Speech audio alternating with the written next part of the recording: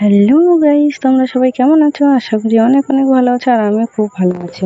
তো সবার মনে একটাই প্রশ্ন, যে ওয়েস্ট বেঙ্গল গভর্নমেন্ট থেকে যে মেসেজটা দিয়েছে সেই মেসেজটা কি আদৌ সত্যি না মিথ্যে, নাকি শুভেন্দু অধিকারী ভোটে জেতার জন্য মিথ্যে প্রতিশ্রুতি দিয়েছিল সবাইকে? তো সেটাই আমি জানার জন্য আজকে আমি ব্যাংকে যাচ্ছি।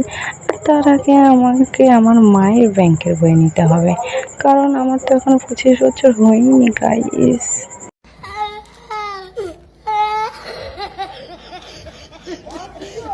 তার জন্য আমার মায়ের ব্যাংকের বই নিয়ে সোজা চলে গেলাম ব্যাংকে।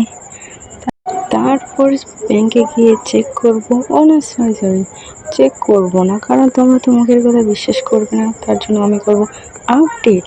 তো আমি সোজা চলে গেলাম আপডেট করতে। তো এখন আমি আপডেট করব।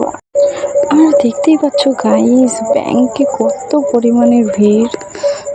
আমি ততক্ষণ আপডেট করে আর তোমরা ততক্ষণ সাবস্ক্রাইব করো। তো আমার এখন হয়ে গেছে আপডেট করা। তো তোমরা এখন দেখো।